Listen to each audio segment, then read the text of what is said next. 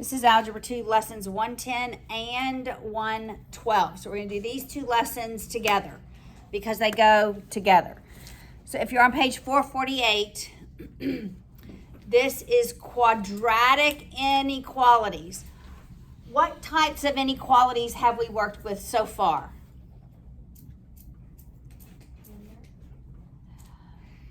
We've graphed them, right? We've graphed linear inequalities. Greater than is above the line, less than is below the line. What other types of inequalities have we worked with?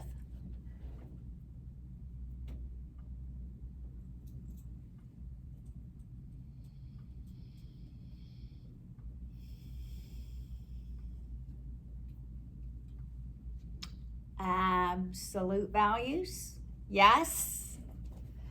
And so when I have the absolute value of something, of a variable greater than 3, what do I know that's going to be?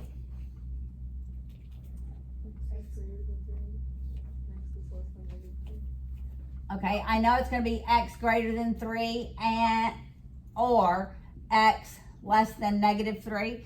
And I've given you a word. That's a disjunction. So that the variable greater than the whatever value is a disjunction. All right, the same is true when we have quadratic inequalities. If I have any quadratic inequality,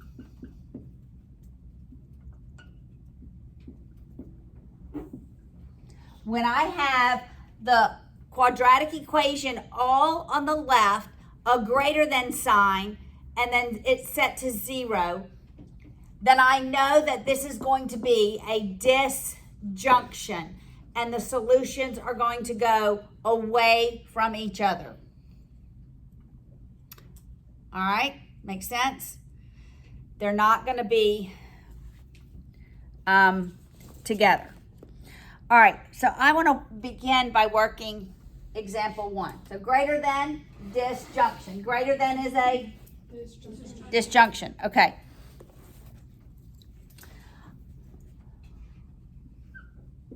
Example 1.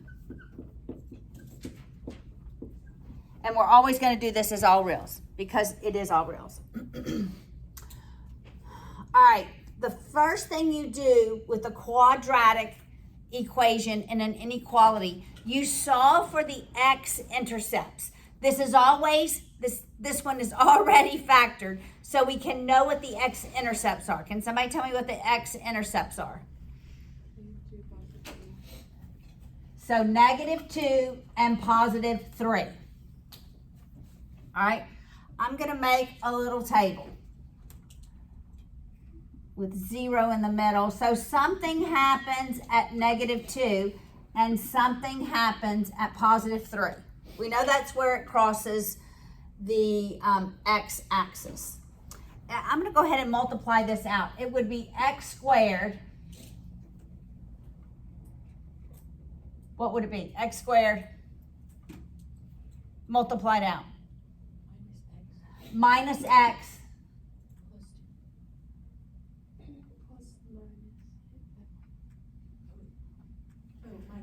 Minus 6.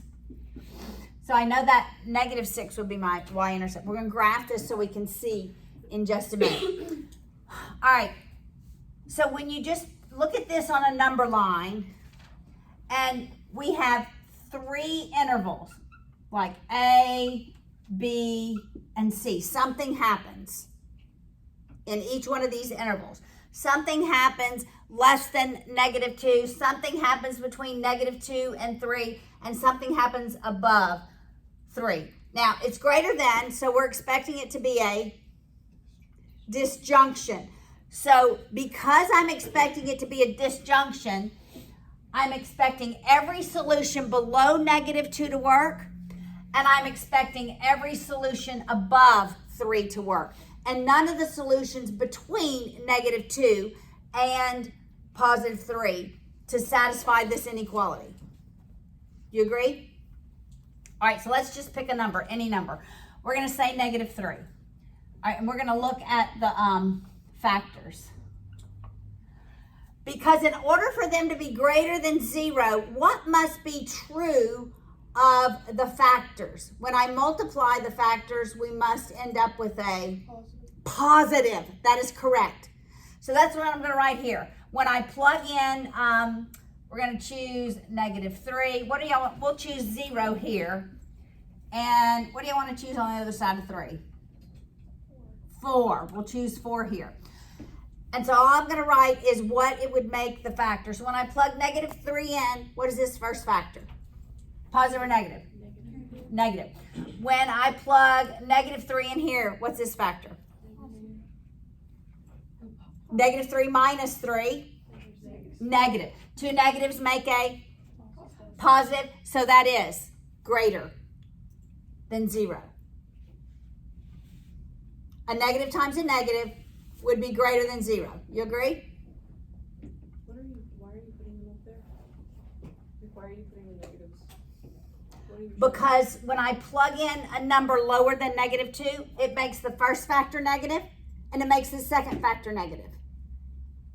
When I multiply a negative times a negative, I get a positive. Is that greater than 0? When I have a negative number times a negative number, it is greater than 0. Does that make sense? What does that tell us? Like what? It confirms that it's a disjunction in that direction. And then we're going to graph it and show you what it looks like. All right? So this is going to be important when we have rational expressions. That's why I teach it this way now. Your book teaches it a different way, all right? So when I plug in a value less than -2, I end up with 2 negatives, and when I multiply a negative times a negative, I'm getting a positive, which is always greater than 0. Make sense? No?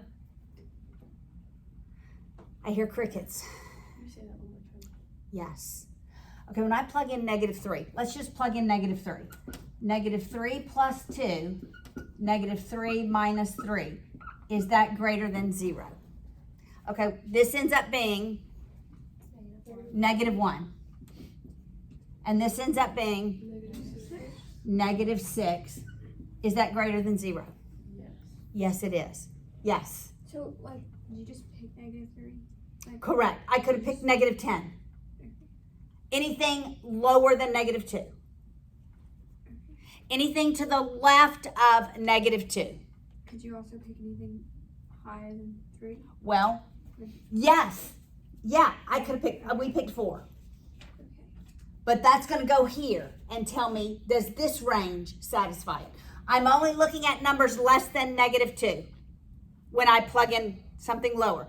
Now I'm going to look at what happens between -2 and +3. And we chose 0. So when I plug in 0 here, what's 0 plus 2? It's a positive number, right? You agree? When I plug in 0 here, what do we have? A negative number. When I multiply a positive number times a negative number, what do I get? Is that greater than 0? No. Nothing in the middle satisfies that inequality. Yes. So, You following me so far? All right, now we're going to choose 4. What's 4 plus 2? Positive or negative? Positive. What about 4 minus 3? Positive. When I multiply a positive times a positive, I get a, is a positive always greater than 0? yes. So every solution from 3 to infinity works. Every solution, well, above 3, because it's got to be greater than, right? It can't be equal to. When I plug in 3, when I plug in -2, what happens? What's the result of this? When I plug in -2, it's 0. And that doesn't satisfy it. When I plug in 3, what happens? 0. That is not greater than 0. So -2 and 3 do not work. But anything lower than negative 2 works. Anything higher than positive 3 works. All right, we know that this is going to cross the y-axis at negative 6.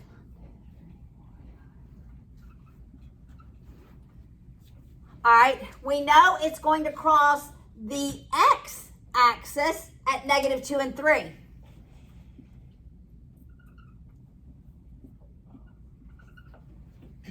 I need the vertex. So the vertex, we're going to do negative b over 2a. So that's negative times of negative 1, which is the opposite of negative 1 over 2 times 1. That becomes positive 1/2. That's the x value. Now we need to solve for the y value. And we're simply going to plug in 1/2 to this equation to get the y value. All right, so we'll just do it algebraically. It's 1/2 squared minus 1/2 minus 6. What's 1/2 squared? It's 1/4 minus 1/2 minus 6. Somebody do this in their calculator, because we can. Otherwise, I have to go to a common denominator, but you guys can plug this in. Negative what? Anybody else agree? I get 25 fourths. Negative 25 fourths. Negative 25 fourths? Yeah. If you subtract by 60. Okay, negative 25 fourths. What is that S to D? So I can graph it. Negative 6.25. Negative 6.25. All right, so I need 1/2 and negative 6.25. So about here is where my vertex is. All right, so the graph looks something like this. All right, when we have, so that's my parabola. But the only time that this quadratic will be greater than 0 when x is less than negative 2 and when x is greater than 3. So if I were to shade this in, it would be everything out here. Greater than is always outside the parabola. That's coming up in just a few lessons.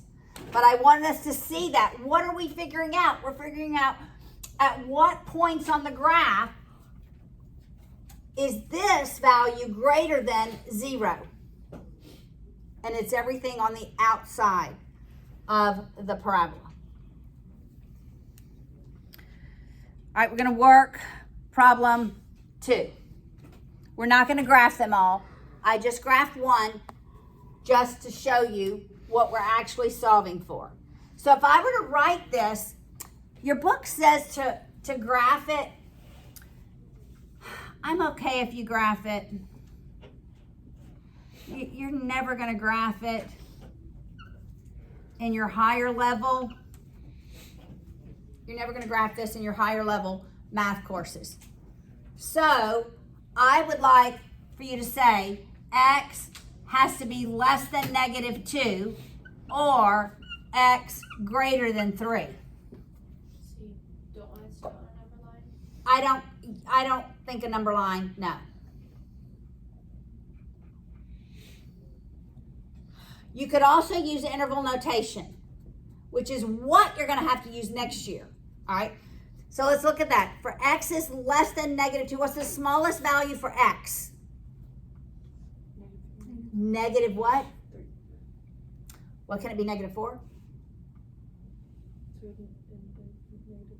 Negative infinity. So it'd be negative infinity all the way up to negative 2, but not equal to it. Remember, not equal means the curvy bracket.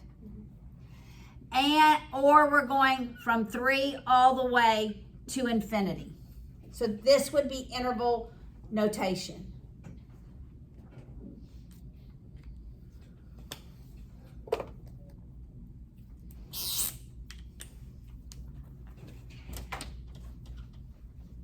let's look at example 2. Can I erase this? I have a question. Yes. Why would it be -2 to infinity? Wouldn't it be like -3? Because -2 is equal to -2. Right, I didn't say it could be equal to -2. I said it had to be less than. So it could be -2.01. -2.01 would make this greater. Because this would be a negative times a negative, which would be a positive. So it's not just -3. Remember, there are so many values between -2 and -3. There's negative, and we're going to learn that next year. There's -2.0000001. Like you could go a lot of zeros. Make sense? All right, let's look at example 2.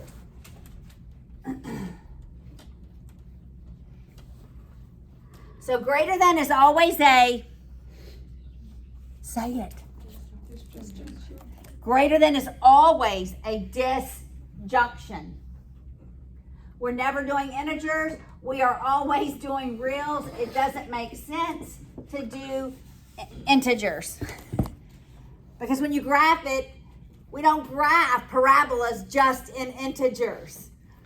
All right, so you set it equal to 0 by subtracting 3 on both sides. Now this has the added step of 2 steps actually, setting it equal to 0, and then we have to factor it. So what are factors of -2? When we add them, the result is negative. Factors of -3, add them, the result is -2.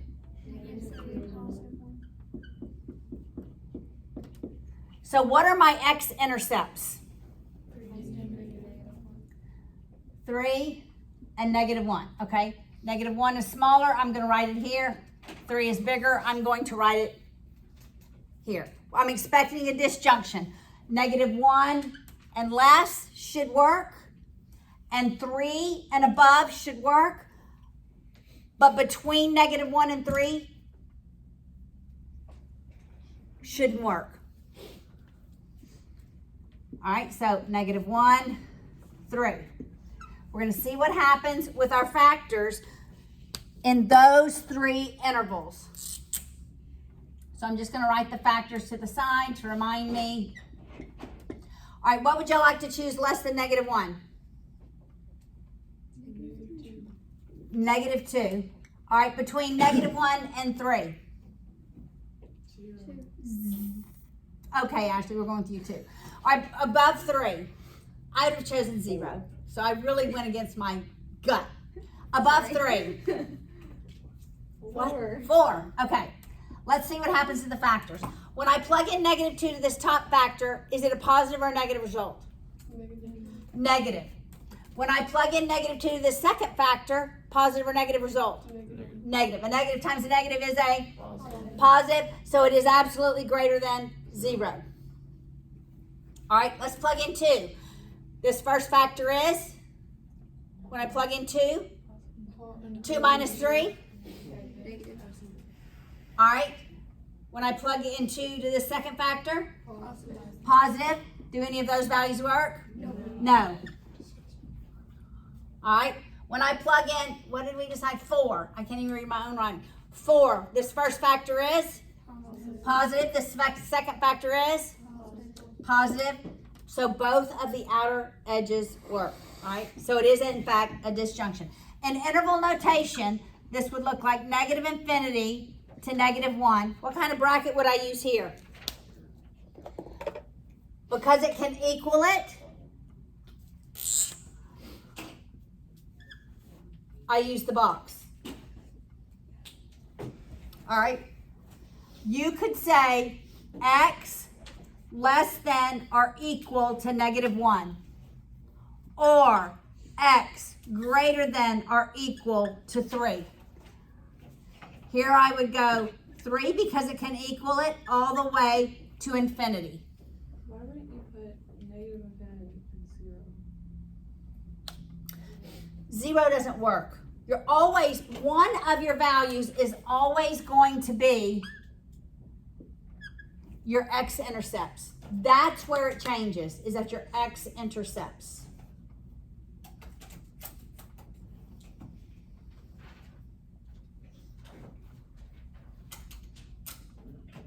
Do you understand that, Hannah? Why 0 wouldn't work? What happens when I put 0 here? It makes it a negative and a positive. Negative times a positive is a, But it can be equal to 0, right? yeah, yes, it can. But does this but when I plug in 0 for x, this is really your y value.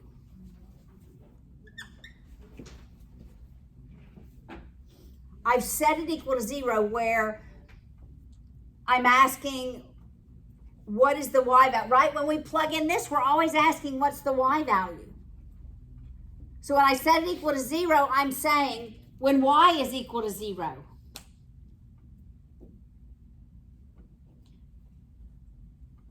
Because what happens when it intersects the y-axis? Okay, we know it's going to cross at -1 and 3, right?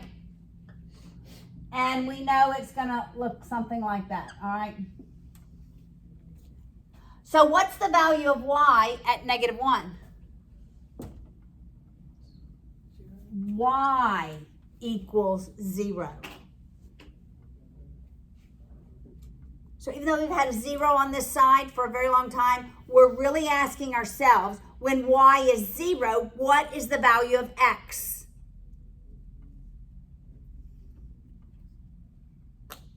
So are you saying we can set x to 0 or we can't? Well, when x is 0, what does that give me? Okay, when x is 0, this becomes, when x is 0, this is -3, right? When x is 0, this is 1. That's -3. Is -3 greater than or equal to 0? No. So when x is 0, it doesn't meet that inequality. Yes. So when we're drawing these to get like the y value, would you plug the x back in to the original equation? If you were solving for the y value, you don't have to graph these. I just want to know what x values satisfy this inequality. That's the only question we're asking. What x values satisfy this inequality? And how do we figure that out? The first thing we do is we find our x-intercepts. Got it? Guys, got it? Okay, we're going to do another one. We're going to do another greater than.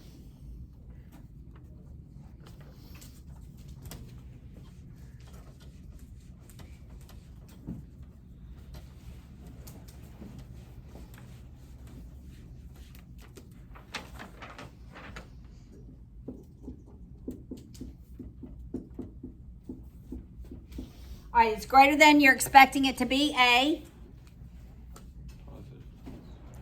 It's greater than, you're expecting it to be a disjunction. But what must I do first? Factor it. Why am I factoring it? To find the x-intercepts. All right, so what are factors of 27? When I add them, it's -12. Yeah, -9 and -3. All right, so what are my x-intercepts? 9 and 3. Okay, I'm going to write them in numerical order. All right. In order for the left-hand side to be greater than or equal to 0, what must be true about these factors? Either both are negative or both are positive. All right, so we have 3, We have 9. What do you want to choose lower than 3? Negative 3. All right, what do you want to choose between 3 and 9? 2. Between 3 and 9. Oh. 2's a little lower. 5. 5. Greater than 9. 100. Okay, 100. It doesn't matter. See, I would have chosen 0. I'm just easy. I'd have chosen 10. Doesn't matter. Okay, when I plug in negative 3, what is this first factor? Positive or negative? Negative. When I plug in negative 3, the second factor, what is it? Negative. A negative times a negative is a positive, which would make it greater than or equal to 0. Are you trekking with me? Okay. When I plug in 5, the first factor is negative. The second factor is a negative, positive, does not work. Doesn't. Okay, when I plug in 100, this first factor is positive. Second factor is positive. So it is in fact a disjunction. So from negative infinity all the way up to 3, remember we have this kind of a bracket because it's also equal to works.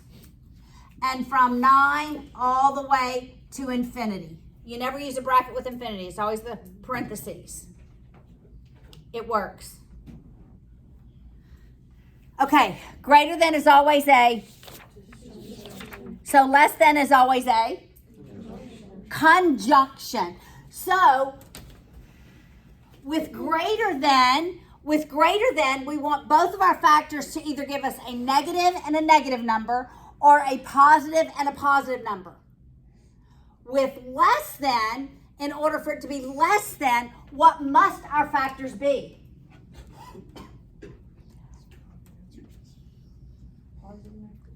Positive and negative, that's right. All right, so let's just write down the first example. I'm on page 453.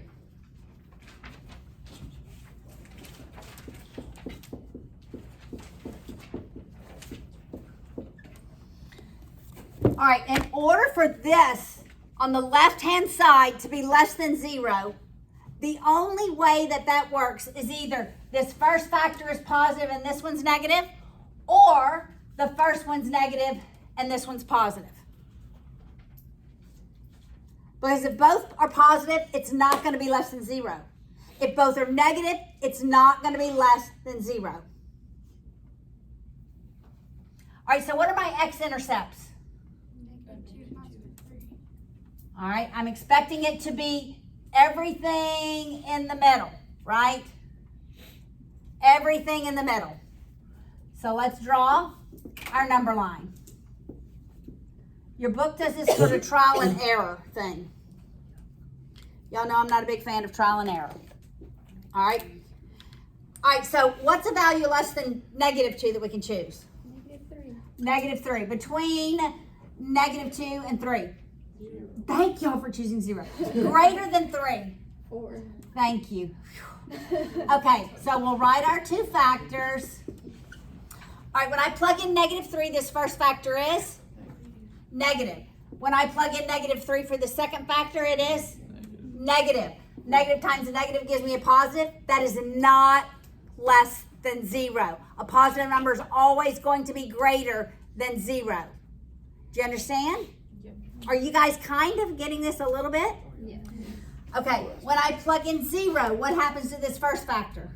Positive. 0 here. Negative. Negative. When I multiply positive times a negative, Negative. always going to be a negative. Every negative number is less than 0. Right? All right, so I forgot to do my little X there. All right, 4. When I plug in 4 to this first factor, the second one. Two positives render us a doesn't work. All right, can it equal negative 2 or can it equal 3? Why? Because the equation says so. Because it's less than, not also equal to.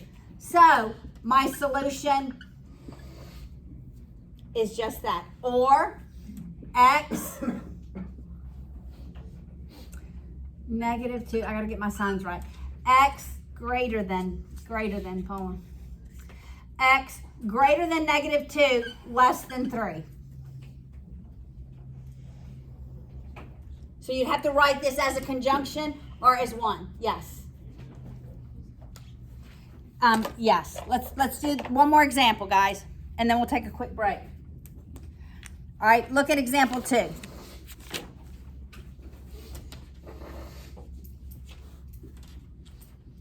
If you read this lesson, both of these lessons, you would be wondering what the writer is trying to teach. Of course, you might be wondering, what is Miss Haley trying to teach, huh? Okay, what must I do in order to solve for this? First, factor it.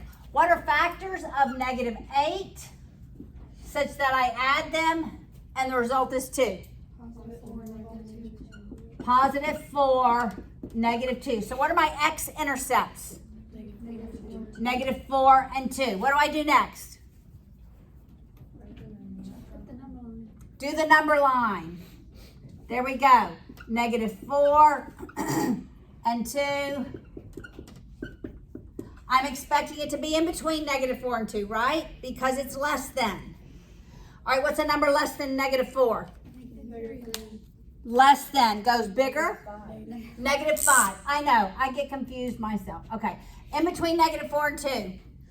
0. Greater than 2. 7. All right, Dylan, we're going with you. All right. When I plug in negative 5 to this first factor, what do I get?